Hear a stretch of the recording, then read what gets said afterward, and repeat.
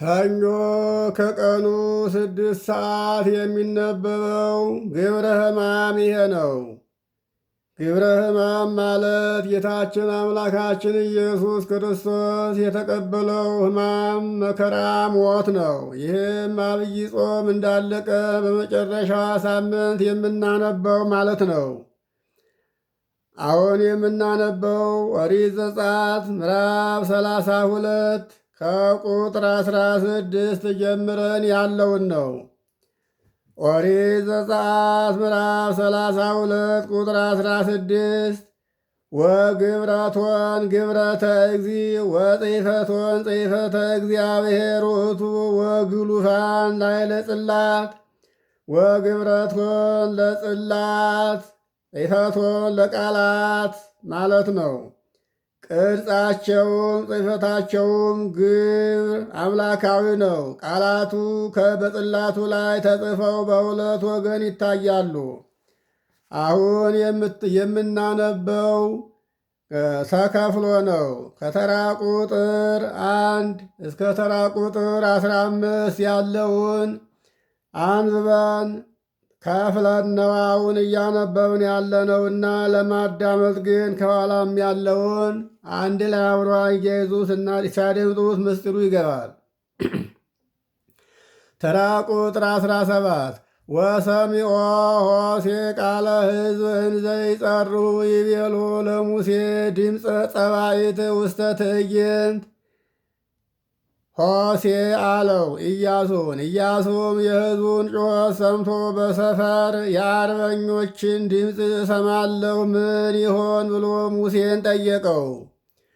ሙሴና ኢያሱ ከደብረ ሲና ተራራ ሲወርዱ እስራኤል ጣዖት አቁመው ለጣዖት የተሰዋውን በልተው ጠጥተው ሲጨፍሩ ኢያሱ ይህን ሰምቶ ይሄ ነገር ምንድን ነው አለ። ተራ ቁጥር 18 ወይቤሎ ሙሴ ለኢያሱ ኢኮነ ዝንቱ ድምፅ ዘመላእክት እለይትየሉ ወኢኮነ ድምፀ መላእክት ዘጸብ አላ ድምፀ መልእክቱ ለወይን ሰማ አንሰ። ሙሴም ኢያሱን እንዲህ አለ፣ ይህ ድምፅ የአርበኞች ድምፅ አይደለም፣ በሰልፍ የሚዋጉ የአለቆችም ድምፅ አይደለም። ጉሽ ጠጅ ጠጥተው የሚጫወቱ የአለቆችን ድምፅ እሰማለሁኝ እንጂ አለ ሙሴ። ድምፀ መልእክቱ ማለቱ ድምፀ ፋህሉ ለወይን ይላል። ጉሽ ጠጅ እየጠጡ ስማነ በዓል ስማነ ዳጎን እያሉ ለጣዖቱ ይጮሃሉ እንጂ የአርበኛ ድምፅስ አይደለም አለው። ተራ ቁጥር 19 ወሶበ ቀርበ ሙሴ ሀበ ትዕይንት ርእዮ ለውእቱ ላዕይም ወተውኔት ወተማዐ ሙሴ ወገደፎን እሙስተ እደዊሁ ለእልክቱ ክልኤቱ ጽላት ወቀጥቀጦን በታሕተ ደብር። ሙሴም ወደ ሰፈሩ በደረሰ ጊዜ በላም አምሳል ያቆሙትን ጣዖት ተመልክቶ ለጣዖቱ የሚዘፍኑትን ዘፈንም አይቶ ሙሴ ተበሳይቶ በተራራው ስር ባለው በእስራኤል ሰፈር ሲደርስ ሁለቱን ጽላቶች ከእጁ ወሩሮ ጥሎ ሰበራቸው። እግዚአብሔር በሚመለክበት ቦታ ጣዖት ሲያመልኩ ቢያገኛቸው ደንግጦ ሁለቱ ጽላት ከእጁ ወድቀው ተሰበሩ። ዛሬ ከቄስ እጅ መስቀልና ጽዋ ወድቆ እንደሚሰበር እንደዛ ማለት ነው። አንዱን ጣዖት በአንዱ ጽላት አንዱን ጣዖት በአንዱ ጽላት ቢመታው ጽላቱም ጣዖቱም ያን ጊዜ ተሰብረዋል። ተራ ቁጥር 20 ወነሶ ለውእቱ ላዕይም ዘገብሩ ወአዋዮ በእሳት ወሐረጾ ወአድቀቆ ወዘረወ ውስተ ማይ ወአስተዮሙ ኪያሁ ለደቂቀ እስራኤል። ያን ጊዜ ሙሴ በላም አምሳል ያቆሙትንም ጣዖታቸውን ወስዶ በእሳት አቃጥሎ አልሞ ፈጭቶ ደቁሶ ማለት ነው በውሃ በጥብጦ ያንን ለእስራኤል ልጆች ሁሉ አጠጣቸው። እስራኤላውያንም ያንን በጠጡ ጊዜ ፍቅረ ጣዖት የጣዖት ፍቅር በጣም ያደረበት ሁሉ ከግንባሩ ከከንፈሩ እንደ ወርቅ ቀለም የመሰለ ለምጽ ተቀርጾባቸዋል። በዚህ ለይቶ በጣም የጣዖት ፍቅር ያደረባቸውን በዚህ ለይቶ አውጥቷቸዋል። ተራ ቁጥር 20 ወይቤልዎ ሙሴ ለአሮን ምን ተረሰይከ ዘንተ ሕዝበ ምን ተረሰየከ ዝንቱ ሕዝብ ከመ ታምጽእ ላዕሌሆሙ ኃጢአተ አብየ። ሙሴም አሮንን እንዲህ አለው፣ ጽኑ ኃጢአት ታመጣባቸው ዘንድ በእስራኤል ላይ እንዲህ ያለ ሥራ ለምን ሠራባቸው አለው። ተራ ቁጥር 22 ወይቤልዎ አሮን ለሙሴ ኢትጥምዕ እግዚእ ላዕሌ ለሊከ ተአምር ግእዞሙ ለእሉ ሕዝብ። አሮንም ሙሴን እንዲህ አለው፣ የእስራኤልን ነገር አንተ ታውቃለህና አቤቱ አትፍረድብኝ አለው። ተራ ቁጥር 23 ወሶበ ይቤሉኒ ግበር ለነ አማልክተ ለያውሩ ቅድሜነ እስመ ዝንቱ ሙሴ ዘአውፅአነ እምድረ ግብፅ ኢነአምር መንታ ኮነ። ከግብፅ ምድር ያወጣን ሙሴ ምን እንደሆነ አናውቅምና በፊታችን የሚሄዱ አማልክትን ስራልን፣ ጠላቶቻችንንም የሚዋጉልን ጣዖትን አቁምልን ባሉኝ ጊዜ እኔም አይሆንም ብላቸው በድንጋይ ወግረው በእሳት አቃጥለው ይገሉኛል ብዬ ፈራሁኝ አለ። ተራ ቁጥር 24 ወቤሎሙ ዘቦ እምኔክሙ ወርቅ አምጽኡ ወአምጽኡ አቡኒ ወወረብክዎ ውስተ እሳት ወፃ ዝንቱ ላህም። እኔም እስራኤል ገንዘብ ወዳጆች ናቸውና ገንዘባቸውን ሲሉ ይተውኛል መስሎኝ የወርቅ የብር ጌጣችሁን አምጡልኝ ብላቸው፣ እነሱም ያን ጊዜ ገንዘብ ያስወደዳቸው የነበረው ሰይጣን በእነሱ ላይ ያደረባቸው ሰይጣን ገንዘብ አስጠላቸውና ነገ ከነገ ወዳ ሳይሉ ገንዘብ ያደረባቸው ሰይጣን ነገ ከነገ ወዳ ሳያሰኛቸው ዕለቱን ወርቁን አምጥተው ሰጡኝ። ጠፍቶ ይቀርልኛል ብዬ ከእሳት ውስጥ ብጥለው የላም ምስል ወጥቶ ቆመ አለው። ተራ ቁጥር 25 ወሶበ ርእየ ሙሴ ከመ አለው ሕዝብ እስመ አዕለዎሙ አሮን ወኮኑ ሰሐቀ ለጸላእቶሙ። ሙሴም አምልኮተ እግዚአብሔርን ትተው ፈቃዳቸውን ለመፈጸም አሮን ችላ ስላላቸው ሕዝቡ እግዚአብሔርን በድለው የጠላቶቻቸው መዘባበቻ እንደሆኑ ተመለከተ። በተመለከተ ጊዜ እንዲህ አለ። ተራ ቁጥር 26 ቆመ ቅድመ ትዕይንት ወይቤ ዘሐረዮ እግዚአብሔር ይብጻ ሀቤ ወይትጋቡ ሀቤሁ ኩሉ ደቂቀ ሌዊ። በእስራኤል ሰፈር ፊት ለፊት ቆሞ የእግዚአብሔር ወገን የሆነ ሁሉ ወደ እኔ ይምጣ ይለይ ብሎ በተናገረ ጊዜ የሌዊ ልጆች የሆኑት ሁሉ ተሰብስበው ወደ ሙሴ መጡ። ተራ ቁጥር 27 ወይቤሎሙ ከመ ይቤ እግዚአብሔር አምላከ እስራኤል አሃዱ አሃዱ ይጹር ሰይፎ ወሁሩ ወእግቱ እምአንቀጽ እስከ አንቀጸ ትዕይንት ወአሃዱ አሃዱ ይቅትል እህዋሁ ወአሃዱ አሃዱ ይቅትል ካልኦ ወአሃዱ አሃዱ ይቅትል ዘቅሩቡ። የእስራኤል ፈጣሪ እግዚአብሔር እንዲህ ብሏል አላቸው። ማንኛውም ሰው ሁሉም ሰው እያንዳንዱ ሰይፉን ታጥቆ ሂዳችሁ ከፊት በር ጀምራችሁ እስከ ኋላ በር ድረስ ሰልፉን ክበቡ አለ። ሁሉም ሰው እያንዳንዱ ጣዖት ያልጸናበት ጣዖት የጸናበትን ወንድም ወንድሙን፣ ባልንጀራም ባልንጀራውን፣ ወገንም ወገኑን ሁሉ፣ ዘመድም የሆነ ሁሉ ዘመዱን ሁሉ በሰይፍ በሏቸው አላቸው።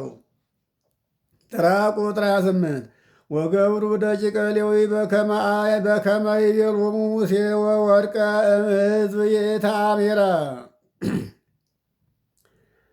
300 ብእሲ። ያን ጊዜ 300 ሰው ማለት ነው። የሌዊ ልጆች ሙሴ እንዳዘዛቸው አደረጉ። ወንድም ወንድሙን፣ ባልንጀራም ባልንጀራውን፣ ዘመድም ዘመዱን ያን ጊዜ ገደለው። ያን ጊዜም ከእስራኤል 3000 ሰው ሞተ። ተራ ቁጥር 29 ወይቤሎሙ ሙሴ አንፈስክምዎ ዮም ለእግዚአብሔር በእደዊክሙ አሐዱ አሐዱ በወልዱ ወበእሁሁ ከመ ትትወሀብ ለክሙ በረከት። ሙሴም ያን ጊዜ ይህንን አይቶ አባት ልጁን ወንድም ወንድሙን በመግደሉ በቃላችሁ በመከራችሁት ምክር በእጃችሁ በሠራችሁት ሥራ ሁሉ አሁን እግዚአብሔርን ደስ አሰኛችሁት፣ ለእናንተ በረከት ትሰጥ ዘንድ ይገባችኋል አላቸው።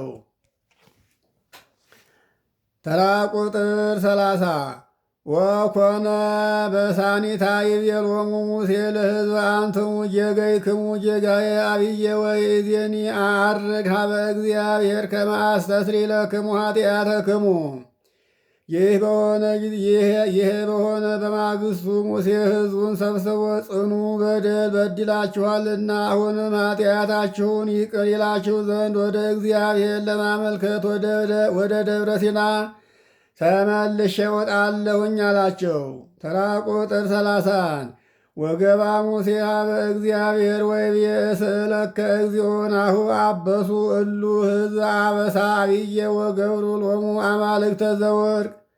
ሙሴም ወደ ደብረ ሲና ተመልሶ ሄዶ እግዚአብሔር ወደሚገለጥበት ወደ ደብረ ሲና ተመልሶ አቤቱ ጽኑ በደል በድለዋልና በላም አምሳል የተሠራ የወርቅ ጣዖትም አቁመው አምልከዋልና ይቅር በላቸው ይቅር ትላቸው ዘንድ ይለምንሃለሁ እያለ በእግዚአብሔር ፊት ተማጸነ። እንግዲህ ሙሴ እግዚአብሔርን ለምኖ እግዚአብሔርን ማልዶ ለእስራኤል ይቅርታን እንዳደረገ ሁሉ አሁንም ነቢያት፣ ሐዋርያት፣ ጻድቃን፣ ሰማዕታት አያማልዱም ብለው ለሚሉ ሰዎች ዋናው ማስረጃው ይሄ ነው። እንኳንስ እመቤታችን ቅድስት ድንግል ማርያም ይቅርና እነ ሙሴም ደጋጎቹ አባቶቻችንም እግዚአብሔርን ለምነው ይቅርታን እንደሚያሰጡ ማስረጃው ይሄ ነው። ታዲያ የእግዚአብሔር ቤተሰቦች የሆናችሁ ሁሉ ይህንን መጽሐፍ ስትሰሙት እንጂ ካልሰሙት ማወቅ አይቻልምና ሁሉንም ከመጻሕፍት ያለውን ሁሉ ወደ እናንተ ስለተላከላችሁ እንድትሰሙት በእግዚአብሔር ስም እጋብዛችኋለሁ። ተራ ቁጥር 32 ወይዜኒ እመተሃድግ ሎሙ ዘንተ ኃጢአተ እድ ወእማ አኰሰ ደምስስኪያየ እመጽሐፈከ ዘጸሐፍከኒ። አሁንም ኃጢአታቸውን ይቅር የማትላቸው እንደሆነ አሁንም ኃጢአታቸውን ይቅር የምትላቸው እንደሆነ ይቅር በላቸው። ይቅር የማትላቸው ከሆነ ግን እኔን ከሕይወት መጽሐፍህ እኔን ደምስስ፣ እኔን ፋቀኝ አለ። ይህ ማለት እኔን አጥፋኝ፣ ከልቡናህ አውጣኝ ማለቱ ነው። ተራ ቁጥር 33 ወይቤሎ እግዚአብሔር ለሙሴ ለዝንቱ ሕዝብ ዘአበሰ በቅድሜ እደመስሶ መጽሐፌ። እግዚአብሔር ሙሴን እኔን አጥፋኝ ቢለው ይልማ ብለው የበደሉኝ ጠላቶች እስራኤልን አጠፋለሁኝ እንጂ አንተማ ምን ብለህ በምን ዕዳህ አጠፋለሁኝ አለው። ተራ ቁጥር 34 ወይዜኒ ሁር ወምህሮሙ ለሕዝብ ውስተ መካን ዘእቤለከ። ይልቁንም እኔ ወደማዝዝ ቦታ ይዛቸው ሂድ አለው። ወናሁ መልአኬ የሐውር ቅድመ ገጽከ ወአመ ዕለተ እዋህዮሙ አገብ ላዕሌሆሙ ኃጢአቶሙ። እነሆ መልእክተኛ የኢያሱን በፊት ይሄዳል። ሊረዳህ የማዝል መልአኩ ቅዱስ ሚካኤል በፊትህ እየሄደ ይመራሃል። በመዓት በጎበኟቸው ጊዜ ኃጢአታቸውን ፍዳ መጣባቸዋለሁ አለ።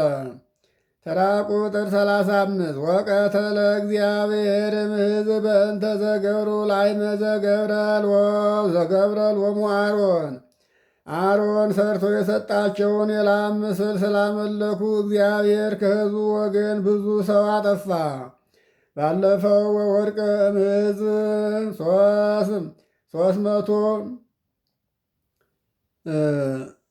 330 ብእሲ ብሎ ነበርና እነዚያን ሲያይ ቀተል አለ።